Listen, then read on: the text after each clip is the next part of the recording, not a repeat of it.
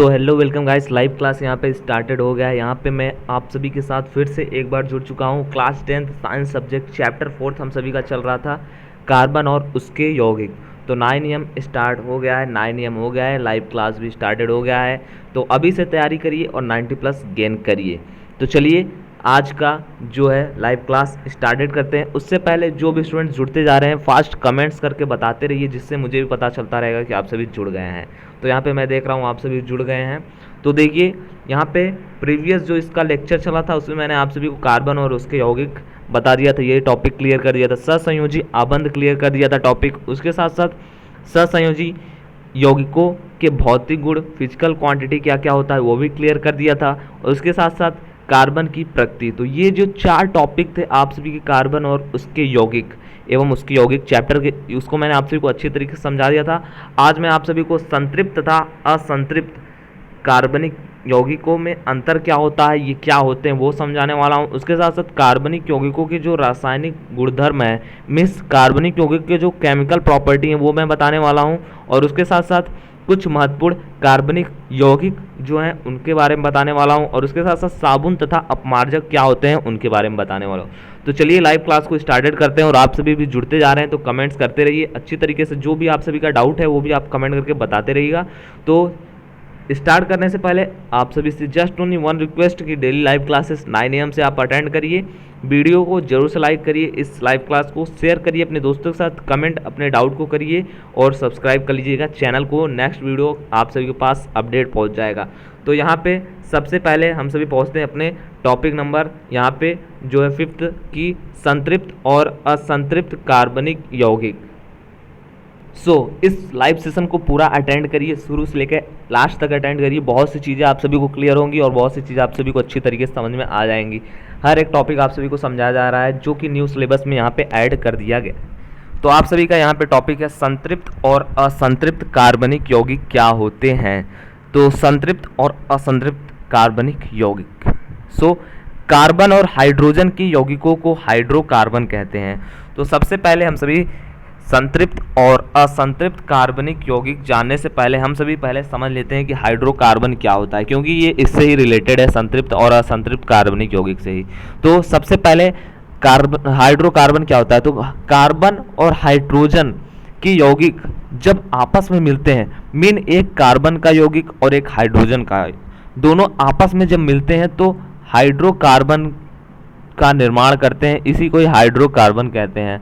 अब हाइड्रोकार्बन जो है हमारा 2 टाइप्स में डिवाइडेड होता है। तो वो कौन सा है, एक है संतृप्त और एक है असंतृप्त। मीन हाइड्रोकार्बन को 2 टाइप्स में 2 पार्ट्स में डिवाइडेड कर दिया जाता है। पहला होता है संतृप्त और दूसरा होता है असंतृप्त। तो अब संतृप्त हाइड्रोकार्बन क्या होता है, अभी हम सभी वहीं पे पहुंच गए जो हम लोगों का टॉपिक था। तो संतृप्त हाइड्रोकार्बन क्या होता है, कार्बन परमाणुओं के बीच एकल आबंध होता है। तो जो संतृप्त हाइड्रोकार्बन होता है उनमें जो कार्बन परमाणुओं के बीच, 2 कार्बन परमाणुओं के बीच एकल बंध होता है, मीन सिंगल बॉन्ड होता है। जैसे एग्जांपल में एल्केन, अभी मैं इसका आप सभी को एग्जांपल भी दिखाऊंगा, बहुत अच्छी तरीके से आप सभी को समझ में आ जाएगा। और आप सभी को यहाँ पे कमेंट करते रहिए, मैं सभी कमेंट्स को भी पढ़ रहा हूँ। जिन्हों को कोई प्रॉब्लम हो रहा है तो आप कमेंट करते रहिए। एंड फर्स्ट पार्ट को भी देख लीजिएगा, इस पार्ट को देखने से पहले या फिर इस पार्ट को देखने के बाद। और यहाँ पे संतृप्त हाइड्रोकार्बन क्या होता है। तो संतृप्त हाइड्रोकार्बन में जो कार्बन परमाणुओं के बीच जो बॉन्ड होता है वो कैसा होता है, सिंगल होता है। जैसे एग्जांपल में हो गया हमारा एल्केन।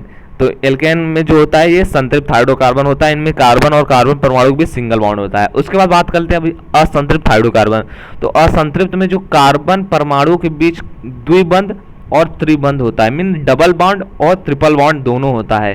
तो जो असंतृप्त हाइड्रोकार्बन होता है उसमें जो कार्बन और कार्बन परमाणु के बीच जो बॉन्डिंग होती है वो डबल बॉन्ड भी होती है और सिंगल बॉन्ड भी होती है, मीन ट्रिपल बॉन्ड भी होती है। तो डबल बॉन्ड कौन सा है, एल्कीन, और ट्रिपल बॉन्ड क्या है, एल्काइन। ठीक है। तो अब देखिए, तो अभी देखिए एक मैं आपको एक कॉमन चीज बता रहा हूं, जहां पे सिंगल बॉन्ड रहेगा वो संतृप्त हाइड्रोकार्बन हो जाएगा, और जहां पे डबल बॉन्ड और ट्रिपल बॉन्ड रहेगा वो क्या हो जाएगा, असंतृप्त हाइड्रोकार्बन। ये आप सभी को अच्छी तरीके से समझ में आ गया। अब देख लीजिए ये है संतृप्त हाइड्रोकार्बन, हमारा क्या है, C2H6, इसको हम सभी एथेन भी कहते हैं। तो ये देख लीजिए C2H6, कार्बन 2 है, ये रहा कार्बन 2, और इसके साथ साथ हाइड्रोजन 6 हैं। तो हाइड्रोजन के 6 परमाणु यहाँ पे देखिए, एक यहाँ पे, 2, 3 एंड 4, 5 एंड 6। अब देख लीजिए आपस में बॉन्डिंग कर ले रहे हैं और उसके साथ साथ संतृप्त हाइड्रोकार्बन बना दे रहे हैं, और इसका ये जो स्ट्रक्चर है वो कुछ इस टाइप का बन जा रहा है। देखिए इनमें जो है डबल बॉन्ड किया गया है। किस लिए किया गया? क्योंकि ये दो परमाणु, 2 इलेक्ट्रॉन इसका ले रहा है, इस कार्बन का, और ये 2 इलेक्ट्रॉन इस कार्बन का ले रहा है। तो दोनों आपस में बॉन्डिंग ले रहे हैं, 2-2 इलेक्ट्रॉन का इन्होंने आपस में यहाँ पे संयोग किया, जिसकी वजह से इनका जो हो गया डबल बॉन्ड बन गया। और एक एक यहाँ पे हाइड्रोजन के यहाँ पे इलेक्ट्रॉन इन्होंने लिए हुए, इसलिए यहाँ पे देखिए हाइड्रोजन से बॉन्डिंग इनकी बन गई। तो इनके बीच में कौन सा यहाँ पे बना? डबल बॉन्ड बन गया। अब देखिए संतृप्त और असंतृप्त हाइड्रोकार्बन में देखिए यहाँ पे क्या है, आप देख सकते हैं कि एल्कीन एथीन C2H4, यहाँ पे देखिए 2 कार्बन के परमाणु हैं, और यहाँ पे देख लीजिए 2 कार्बन परमाणु और हाइड्रोजन के 4 परमाणु, तो 1 2 3 एंड 4 यहाँ पे 4 इसके परमाणु हो गए। तो ये देखिए यहाँ पे इसके इलेक्ट्रॉन का इन्होंने आपस में साझेदारी किया है, और इसके साथ साथ यहाँ पे देख लीजिए इन्होंने डबल बॉन्डिंग बनाया हुआ है। ये हो गया हमारा असंतृप्त हाइड्रोकार्बन। तो संतृप्त और असंतृप्त हाइड्रोकार्बन में आप सभी को एग्जाम्पल मैंने आप सभी को बता दिया। इसके साथ साथ आप सभी को यहाँ पे बोर्ड एग्जाम में इनके बीच डिफरेंसेस भी आप सभी से पूछा जा सकता है। तो यहाँ पे देख लीजिए डबल बॉन्ड है, इन्होंने 2-2 इलेक्ट्रॉन की संयोजकता की है, इसके लिए यहाँ पे डबल बॉन्ड है, और यहाँ पे इन्होंने एक-एक उसकी संयोजकता की है, एक-एक इलेक्ट्रॉन ही केवल इन्होंने आपस में लिया हुआ है, तो यहाँ पे सिंगल बॉन्ड है। ठीक है, तो संतृप्त और असंतृप्त हाइड्रोकार्बन में अंतर डिफरेंसेस पूछा जाता है। तो ये टॉपिक आप सभी का 5th नंबर टॉपिक क्लियर हो गया। संतृप्त हाइड्रोकार्बन जो होता है उनमें कार्बन और कार्बन परमाणु के बीच सिंगल बॉन्ड होता है, और असंतृप्त जो हाइड्रोकार्बन होता है उनमें कार्बन और कार्बन परमाणु के बीच double bonding and triple bonding होती है। एग्जाम्पल में जैसे एल्केन हो गया संतृप्त हाइड्रोकार्बन में, एंड यहाँ पे एल्कीन और एल्काइन हो गया यहाँ पे असंतृप्त हाइड्रोकार्बन में। अब चलते हैं हम सभी हमारे 6 नंबर टॉपिक की तरफ। 5th नंबर टॉपिक आप सभी को मैंने समझा दिया है, संतृप्त और असंतृप्त कार्बनिक यौगिक था, वो कि अच्छी तरीके से समझ में आ गया होगा। कमेंट करके आप सभी बताइए, और लाइक जरूर से कर दीजिएगा। कमेंट करके बताइए आप सभी को समझ में आ गया। अब हम चलते हैं हम सभी नेक्स्ट यहाँ पे टॉपिक की तरफ। सो यहाँ पे मैंने यहाँ पे आ गया हूँ मैं 6 number topic. 5th number topic था इस चैप्टर का, वो मैंने आपको बता दिया। 6 नंबर टॉपिक है कार्बनिक यौगिकों के रासायनिक गुणधर्म, मीन उसके केमिकल क्या क्या, कार्बनिक यौगिक जो होता है उनका केमिकल प्रॉपर्टी क्या होता है। फिजिकल प्रॉपर्टी मैंने आप सभी को बता दिया था प्रीवियस लाइव क्लास में, और अब ये टॉपिक है कि इनका केमिकल प्रॉपर्टी क्या होता है। तो सबसे पहला प्रॉपर्टी है गुण है कि दहन। दहन मीन्स नाम से ही क्लियर है, जलाना। तो जलने पे ये कुछ देते होंगे या फिर कुछ उत्सर्जित करते होंगे, तो उसके बारे में है कि दहन पहला टॉपिक है इसमें, इसके केमिकल प्रॉपर्टी में दहन। तो संतृप्त हाइड्रोकार्बन वायु की उपस्थिति में जलने पर नीली स्वच्छ ज्वाला उत्पन्न करते हैं।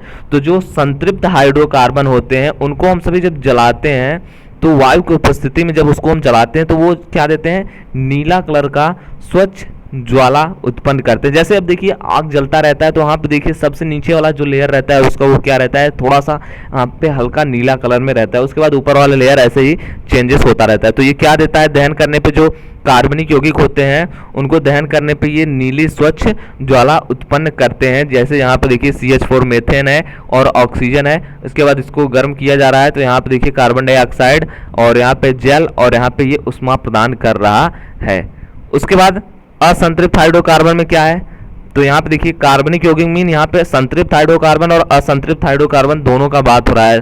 तो संतृप्त हाइड्रोकार्बन को जब हम सभी जलाते हैं तो ये नीला स्वच्छ ज्वाला उत्पन्न करता है, और असंतृप्त हाइड्रोकार्बन को वायु की उपस्थिति में जलाने पर पीला स्वच्छ ज्वाला उत्पन्न करता है। ये आप संतृप्त और असंतृप्त हाइड्रोकार्बन के बीच डिफरेंस अंतर पूछा जाता है तो उसमें भी आप ये लिख सकते हो, बिल्कुल आप सभी को 100% नंबर मिलेगा। तो संतृप्त हाइड्रोकार्बन में क्या होता है कि वायु की उपस्थिति में जब हम इसको जलाते हैं तो नीला स्वच्छ ज्वाला उत्पन्न करता है, और जो असंतृप्त हाइड्रोकार्बन होता है उनको वायु की स्थिति में जब हम जलाते हैं तो ये पीला कलर का जो होता है ये ज्वाला उत्पन्न करता है। अब ज्वाला क्या है मैंने आपको बता दिया, सबसे नीचे वाला जो लेयर रहता है उनका वो है, ठीक है। अब देखिए यहाँ पे ऑक्सीकरण, सेकंड नंबर इसमें इनका है हेडिंग की ऑक्सीकरण। तो यहाँ पे देखिए इसको क्षारिक अवस्था में पोटेशियम परमैंगनेट के साथ वो करते हैं। तो यहाँ पे देखिए यहाँ पे कैल्शियम कार्बन, यहाँ पे देख लीजिए यहाँ पे, सो यहाँ पे देखिए इसका सेकंड नंबर प्रॉपर्टी है गुणधर्म है केमिकल प्रॉपर्टी में ऑक्सीकरण। तो ये क्या है हमारा CH3CH2OH, ये है हमारा एथेनॉल। इसका जो नाम है ये एथेनॉल है। इसको हम सभी जब क्षारीय पोटेशियम परमैंगनेट KMnO4 की उपस्थिति में जब हम इसको ऑक्सीकरण करते हैं तो यहाँ पे क्या हो जाता है, ऑक्सीकरण अभिक्रिया के पश्चात हमें क्या मिलता है, एसिटिक एसिड CH3COOCOH। तो ये हमारा हो गया ऑक्सीकरण। अब उसके बाद हमारा है यहाँ पे प्रतिस्थापन अभिक्रिया।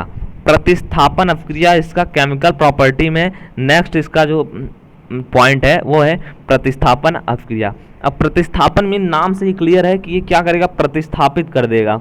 मीन विस्थापित करना या फिर प्रतिस्थापित करना। जैसे देखिए यहाँ पे CH4 है और उसके बाद यहाँ पे है क्लोरीन यहाँ पे है। उसके बाद देख लीजिए यहाँ पे क्या हो जा रहा है, CH3Cl और HCl गैस निकल जा रहा है, यहाँ पे HCl अम्ल निकल जा रहा है, ठीक है, हाइड्रोक्लोरिक अम्ल। तो यहाँ देखिए CH4 मेथेन था और यहाँ पे क्या है, क्लोरीन था, यहाँ पे क्लोरीन 2 अणु, और ये जो आपस में संयोग करेगा तो ये प्रतिस्थापित हो जाएगा। तो यहाँ देखिए CH3 एक एच यहाँ पे निकल गया और ये Cl एक। तो यहाँ पे देखिए एक Cl और CH3 दोनों आपस में संयोग करके CH3Cl बन गया और एक एच यहाँ पे बचा था और एक यहाँ पे एक Cl। तो ये क्या बन गया, HCl हाइड्रोक्लोरिक अम्ल बन गया। ठीक है, तो ये था हमारा हेडिंग, अच्छी तरीके से क्लियर हो गया होगा आप सभी को। उसके बाद देख लीजिए यहाँ पे नेक्स्ट हमारा जो हेडिंग है उसको हम सभी समझ लेते हैं, कुछ महत्वपूर्ण कार्बनिक यौगिक। ये हमारा सेकेंड जो है 7th नंबर महत्वपूर्ण इंपॉर्टेंट टॉपिक है इस चैप्टर का। 5th 6th टॉपिक मैंने आप सभी को बता दिया। 7th नंबर जो टॉपिक है वो मोस्ट इंपॉर्टेंट है और अच्छी तरीके से आप सभी को समझ में भी आएगा। तो कुछ महत्वपूर्ण कार्बनिक यौगिक का इसमें मैं आप सभी को गुणधर्म बताऊंगा, कौन उसका क्या होता है, क्या उसका प्रॉपर्टी होता है। जैसे एथनॉल, एथनॉल का भौतिक गुण इसमें पहला पॉइंट है।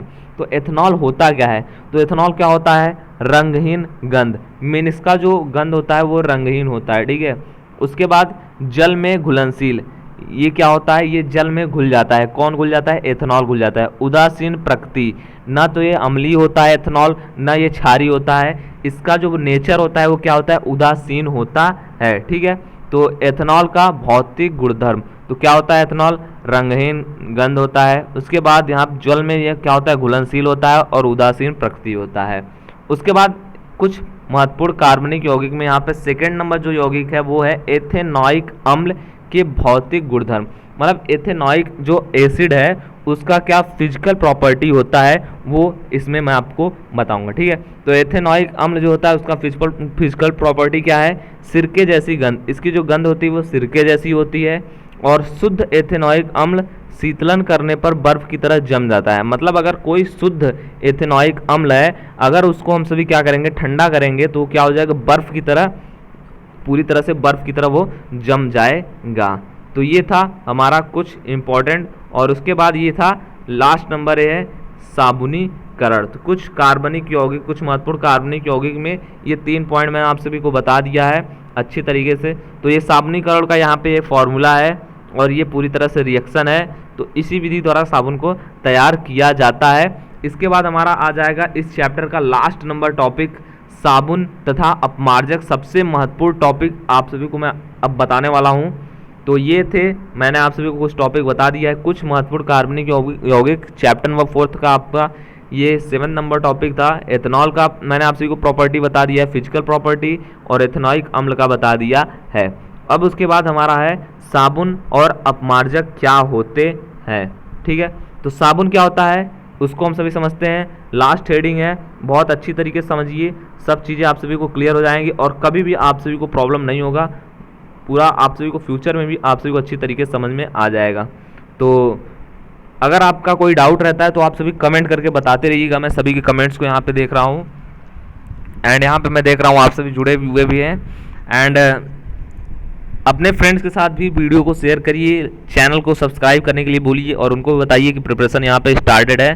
तो देखिए साबुन तथा अपमार्जक, लास्ट टॉपिक स्टार्ट करते हैं। तो साबुन क्या होता है पहले उसको हम सभी समझेंगे। तो साबुन क्या होता है, साबुन लंबी श्रृंखला वाले कार्बोक्सिलिक अम्लों के सोडियम पोटेशियम लवण होते हैं। अब देखिए साबुन का सबसे इजी डिफिनेशन यही है, सबसे सरल भाषा में डिफिनेशन यही है कि साबुन जो होता है वो लंबी श्रृंखला वाला, लंबी श्रेणी वाला, लंबी श्रृंखला वाला कार्बोक्सिलिक अम्ल का सोडियम पोटेशियम लवण होता है। तो साबुन यही होता है इसका फॉर्मूला।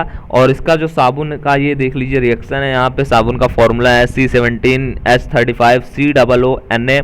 साबुन जो होता है केवल मृदु जल में सफाई किया जाता है, मतलब जो साबुन होता है उसको हम सभी मृदु जल में साफ करते हैं, साबुन को हम सभी मृदु जल में साफ करते हैं। अब उसके बाद है यहाँ पे अपमार्जक। अपमार्जक क्या होता है अब देख लीजिए, पहले साबुन मैंने आपको बता दिया क्या होता है, अब होता है यहाँ पे अपमार्जक। तो अपमार्जक क्या होता है, लंबी श्रृंखला वाले कार्बोक्सिलिक अम्ल के अमोनियम या सल्फेट लवण होते हैं। अब जो होता है आप सभी अपमार्जक जो होता है वो क्या होता है, लंबी श्रृंखला वाला, लंबी श्रृंखला वाले होंगे और कार्बोक्सिलिक अम्ल भी होंगे, लेकिन उसके कौन से लवण होंगे, अमोनियम लवण होंगे और सल्फेट लवण होंगे। तो साबुन और अपमार्जक में सबसे महत्वपूर्ण यही यहाँ पे डिफरेंसेस हैं कि जो साबुन होता है वो यहाँ पे सोडियम पोटेशियम लवण होते हैं, और यहाँ पे देख लीजिए जो अपमार्जक होता है वो अमोनियम या फिर सल्फेट लवण होते हैं। तो जो अपमार्जक होता है वो कठोर एवं मृदु जल में सफाई करते हैं और साबुन को केवल यहाँ पे मृदु जल में साफ किया जाता है। तो साबुन और अपमार्जक में सबसे बड़ा डिफरेंसेस यही है। अब देख लीजिए यहाँ पे आगे है साबुन को जो है वो साबुन अणु में दो भाग होते हैं। तो साबुन का जो यहाँ पे दो भाग में यहाँ पे पार्ट में डिवाइडेड किया गया है। तो देख लीजिए यहाँ पे आयनिक भाग और लंबी हाइड्रोजन कार्बनिक श्रृंखला, ये है यहाँ पे इसका ये। तो आगे यहाँ पे मैंने आपसे को थोड़ा सा बता दिया है कि कैसे साबुन के द्वारा साबुन अणु की सफाई की प्रक्रिया, साबुन के अणु की सफाई की प्रक्रिया क्या होती है, क्या स्टेप होता है उसमें, ठीक है। तो ये था, आप सभी इसको अच्छी तरीके से देख लीजिए। और ये टॉपिक था यहाँ पे साबुन तथा अपमार्जक, मीन्स साबुन क्या होता है और अपमार्जक क्या होता है। तो सबसे मोस्ट इम्पॉर्टेंट पॉइंट है इसमें कि साबुन जो होता है वो लंबी श्रृंखला वाला होगा, कार्बोक्सिलिक अम्ल का जो होगा वो सोडियम पोटेशियम लवण होगा, और जो हमारा अपमार्जक है वो कौन सा है, वो लंबी श्रृंखला वाला कार्बोक्सिलिक अम्ल का अमोनियम या फिर सल्फेट लवण होते हैं अपमार्जक। तो साबुन और अपमार्जक में यही दो सबसे महत्वपूर्ण डिफरेंसेस हैं। तो यहाँ पे आप सभी को ये पूरा क्लास बहुत अच्छी तरीके से समझ में आ गया होगा, जिसमें मैंने आप सभी को इन 8 टॉपिक, जो मैंने 8 टॉपिक इसमें इस चैप्टर नंबर आप सभी के 4th से चूज़ किए थे, कार्बन और उसके यौगिक के जो 8 टॉपिक मैंने आप सभी को यहाँ पे चूज़ किए थे, कार्बन और उसके यौगिक, सहसंयोजी आबंध, सहसंयोजी यौगिकों के भौतिक गुण, कार्बन की प्रकृति, ये 4 टॉपिक मैंने एक लेक्चर में कवर किया था। और यहाँ पे आज के लेक्चर मैंने आप सभी को संतृप्त और असंतृप्त कार्बनिक यौगिक क्या होते हैं, कार्बनिक यौगिकों के रासायनिक गुणधर्म क्या होते हैं, कुछ महत्वपूर्ण कार्बनिक यौगिक के मैंने आपसे गुणधर्म बता दिए, और साबुन तथा अपमार्जक। तो ये मैंने आप सभी को 8 टॉपिक क्लियर कर दिया है अच्छी तरीके से, जो कि आप सभी को समझ में भी आ गया होगा। तो ये पूरा चैप्टर हो गया है एंड। और कल का जो लाइव क्लास होगा उसमें मैंने आप सभी को इस चैप्टर के जितने भी मोस्ट इम्पॉर्टेंट क्वेश्चन आंसर होने वाले हैं, मतलब इस चैप्टर के जितने भी महत्वपूर्ण प्रश्न उत्तर होने वाले हैं जो बोर्ड एग्जाम में पूछे गए हैं प्रीवियस ईयर और इस साल भी पूछे जा सकते हैं, वो मैं आप सभी को नेक्स्ट टुमारो के लाइव क्लास में बताने वाला हूँ। और आप सभी को पीडीएफ्स भी मिल जाएगा। तो ये आप सभी को वीडियो कैसा लगा, ये लेक्चर्स आप सभी को कैसा लगा, ये लाइव क्लास कैसा लगा, कमेंट करके बताइए। और यहाँ पे आप सभी को जस्ट ओनली 1 वर्क करना है, जिन्होंने सब्सक्राइब कर लिया है उन सभी स्टूडेंट्स को थैंक्स, और जिन्होंने अभी तक नहीं किया है तो रेड कलर में सब्सक्राइब बटन होगा, उस पर क्लिक करके कर लीजिए सब्सक्राइब चैनल को, और बेल आइकन को प्रेस कर लीजिएगा, जिससे नोटिफिकेशन आप सभी के पास लाइव क्लासेस का और वीडियोस का सबसे पहले पहुंच जाएगा। तो मिलते हैं आप सभी से नेक्स्ट वीडियो में, तब तक के लिए सभी को thanks for watching this video and keep supporting. धन्यवाद, जय हिंद, जय भारत और वंदे मातरम।